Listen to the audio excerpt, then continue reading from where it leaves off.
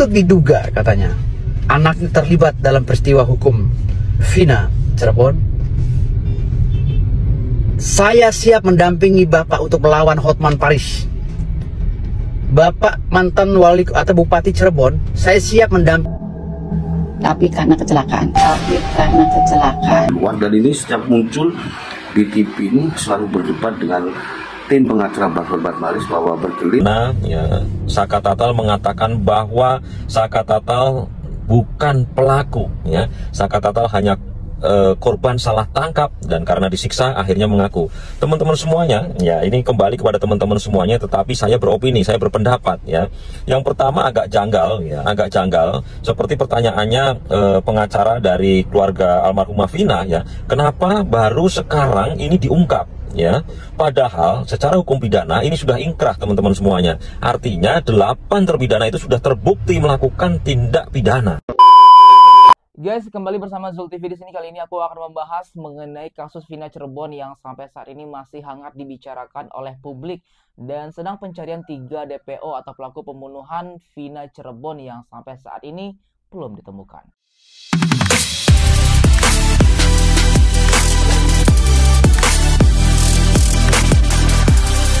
Assalamualaikum warahmatullahi wabarakatuh. Untuk mantan Bupati Cirebon yang telah disebut oleh Hotman Paris, ya, sebagai orang yang patut diduga katanya anaknya terlibat dalam peristiwa hukum Vina Cirebon, saya siap mendampingi Bapak untuk melawan Hotman Paris.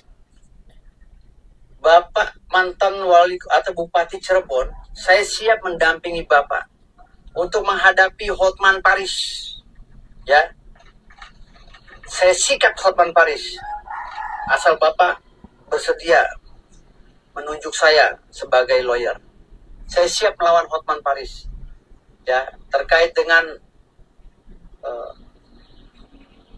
dugaan hoax yang disebutkan oleh Hotman Paris terhadap Bapak.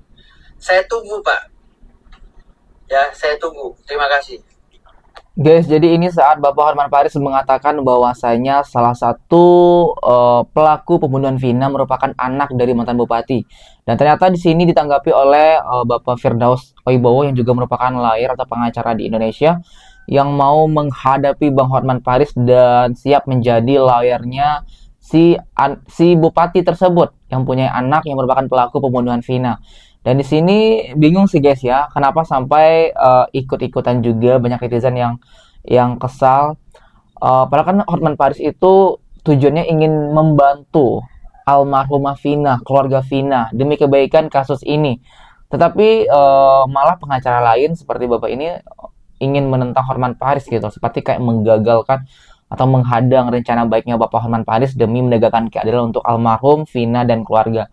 Jadi kayak makin rame sih jadinya, kayak bikin heboh. Halo sahabat Wong Cili dimanapun Anda berada, ya, masih bersama saya Sobat Wong Cili. Ya, kembali kita mencoba mengulas terkait dengan kejanggalan-kejanggalan kasus Vina Cirebon dan juga pembunuhan saudara Eki, teman-teman semuanya. Namun sebelum itu, ya, marilah kita kirimkan Al-Fatihah kepada keduanya agar Allah Subhanahu wa Ta'ala menerima amal ibadahnya dan memberikan tempat yang terbaik bagi keduanya. Dan tentunya, ya, 3 DPO atau 4 DPO, ya, kita masih belum jelas ini bisa tertangkap. Teman-teman semuanya, ya, saya melihat ini tadi malam juga di sebuah stasiun televisi yang salah satu pengacara dari terpidana, ya, Saka Tatal mengatakan bahwa Saka Tatal bukan pelaku, ya. Saka Tatal hanya korban salah tangkap dan karena disiksa akhirnya mengaku. Teman-teman semuanya, ya, ini kembali kepada teman-teman semuanya, tetapi saya beropini, saya berpendapat, ya. Yang pertama agak janggal, ya, seperti pertanyaannya pengacara dari keluarga almarhumah Vina, ya, kenapa baru sekarang ini diungkap, ya. Padahal secara hukum pidana ini sudah ingkrah, teman-teman semuanya. Artinya 8 terpidana itu sudah terbukti melakukan tindak pidana. Betul, saya juga sependapat dengan abang ini bahwasanya jika memang Saka Tatal ini mengaku dan bersikeras kekeh bahkan menyebut nama Tuhan, sumpah dengan nama Tuhan kalau dia itu bukan pelaku pembunuhan Vina, namun dia hanya korban dan salah tangkap seperti itu. Namun semua orang berhak mempunyai hak masing-masing dan opini masing-masing. Namun saya sependapat dengan abang ini karena memang saya tidak percaya dengan pengakuan atau klarifikasi dari Saka Tatal yang mengatakan dia bukan pelakunya. Karena logikanya aja kalau dia bukan pelakunya nggak mungkin dia bisa mau mengakui dan sampai ditahan selama 4 tahun lamanya. Dan kenapa baru sekarang gitu loh? Kenapa gitu loh? Apa karena memang kasus ini rame lagi? Kita nggak tahu apa tujuan dan visinya ya. Namun intinya saya tidak sependapat dengan apa yang disampaikan oleh Saka Tatal yang dia mengatakan bukan pelakunya, bahkan dia mengatakan secara gamblang tidak kenal dengan Vina dan Eki yang menjadi korban tersebut. Tapi karena kecelakaan. Assalamualaikum warahmatullahi wabarakatuh. Itu lebih seru. Dan ini ibu ini adalah pengacaranya si Saka, yaitu pelaku pembunuhan keji dan pemerkosaan almarhum Vina.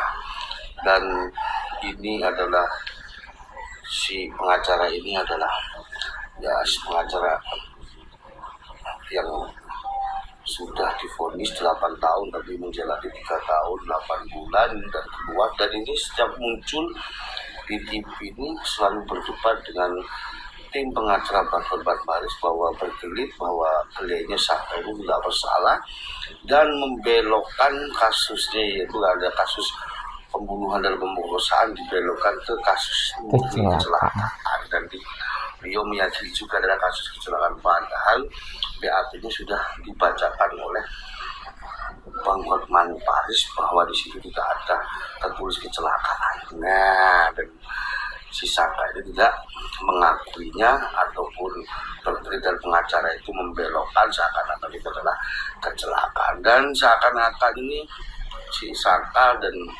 pengacaranya ini menyalahkan jaksa dan kepolisian dan gitu.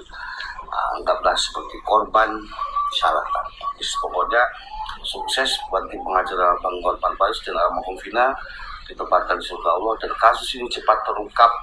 Guys, dengan pengacara Saka ngomong ini murni kecelakaan saja itu sudah aneh ya guys. Sudah viral loh beritanya, semua orang sudah tahu. Masyarakat sudah cerdas. Ini itu ada tindak pidana pembunuhan dan pemerkosaan seperti itu. Dengan gamblang pengacara Saka yang ibu-ibu itu, yang nenek-nenek itu bilang ini pure dan murni kecelakaan. Di situ saja banyak yang ketawa ya guys. Saya maksudnya kayak ya udahlah ya, iyain aja biar cepat seperti itu. Saya sampai hari ini punya keyakinan ini bukan karena, tapi karena kecelakaan. Sampai hari ini saya punya keyakinan. Dari tahun 2016-2017 saya udah punya keyakinan. Itulah sebabnya, karena sidang ini tertutup, Mbak. Ya. Sebetulnya kan kalau sidang Saka Tatal tertutup ya pantas, dia anak di bawah umur. Ya. Tapi kalau yang dewasa juga tertutup. Ya. Dengan perbedaan tuntutan, ada tusukan benda tajam, sama perbedaan ini, akhirnya kan barang bukti berupa kaos yang dikenakan oleh korban kan diperlihatkan di muka sidang.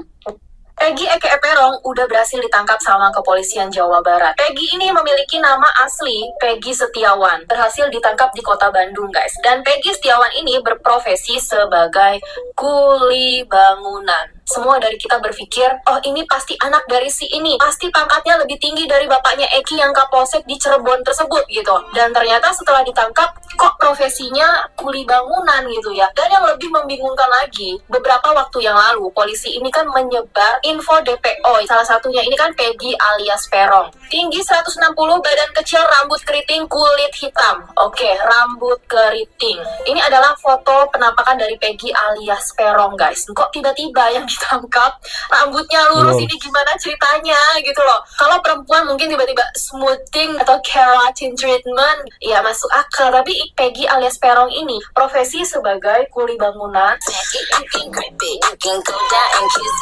Agak puyeng gue memikirkannya. Dan kalian tahu nggak guys, foto dan informasi mengenai Peggy atau Peron ini udah diposting sama salah satu account yang namanya Faulty Cyber. Itu diposting 6 hari yang lalu guys. Jadi kayak Faulty ini ngasih clue yang bener-bener terang benderang. Dan dari salah satu status yang dibuat oleh Peggy pada tahun 2016 di Facebooknya, ini menunjukkan yang mungkin berkaitan dengan apa yang dia lakukan Ya guys, jadi aneh ya guys ya, kalau memang Peggy yang ditangkap di Bandung itu adalah Peggy yang sebenar-benarnya. Ini sangat membuat bingung netizen ini, karena mukanya beda, ciri-cirinya beda, dan juga profesinya beda.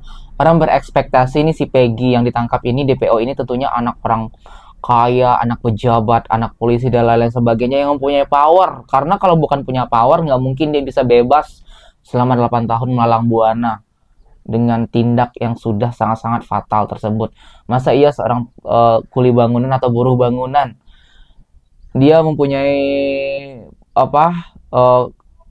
otak yang luar biasa sehingga bisa mengibuli aparat kepolisian dan mengaburkan diri, bisa menghilangkan jejak? Kan tidak mungkin. Itulah yang membuat banyak netizen geram dan kok bisa salah tangkap seperti itu.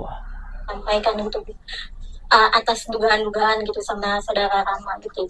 Ya, terima kasih. Hari ini memang saya dihadirkan di acara Roti Timang untuk mengklarifikasi yang memang sudah berkembang isu-isu 3 hari belakangan. Karena memang isunya ini sudah membuat situasi tidak aman buat anak saya. Karena anak saya ini merasa dijudge sebagai pembunuh. Kalau saya sampaikan, boleh saya sampaikan bahwa anak saya ini usianya pada saat kejadian Vina ini tahun 2016, usia anak saya adalah 11 tahun. Jadi usia 11 tahun ini masih kelas 5 SD ya, seperti itu. Dan memang sudah ada kegelisahan lah ya, kalau dia bergaul dengan temannya juga sudah dijauhi, ataupun di jalan-jalan juga sudah dicap sebagai pembunuh. Ini yang mungkin dipermasalahkan. Mudah-mudahan. Ya guys, inilah klarifikasi dan tanggapan dari ex Bupati Cirebon yang mengaku tidak mengetahui sama sekali kasus Vina Cirebon selama menjabat. Karena memang kemarin viral beritanya, digembar-gemborkan, akhirnya ex Bupati ini memberikan klarifikasi dan membantah bahwasanya anaknya tidak terlibat dari kasus pembunuhan Vina Cirebon. Bahkan mereka tidak mengetahui sama sekali. Oke guys, sebelum aku menutup video ini, bagaimana tanggapan kalian melihat kasus Vina Cirebon yang saat ini masih viral dan sangat hangat untuk diperbincangkan? Berikan komentar dan tanggapannya sebanyak-banyaknya di bawah ini. Zulkifli pamit, terima kasih dan sampai jumpa.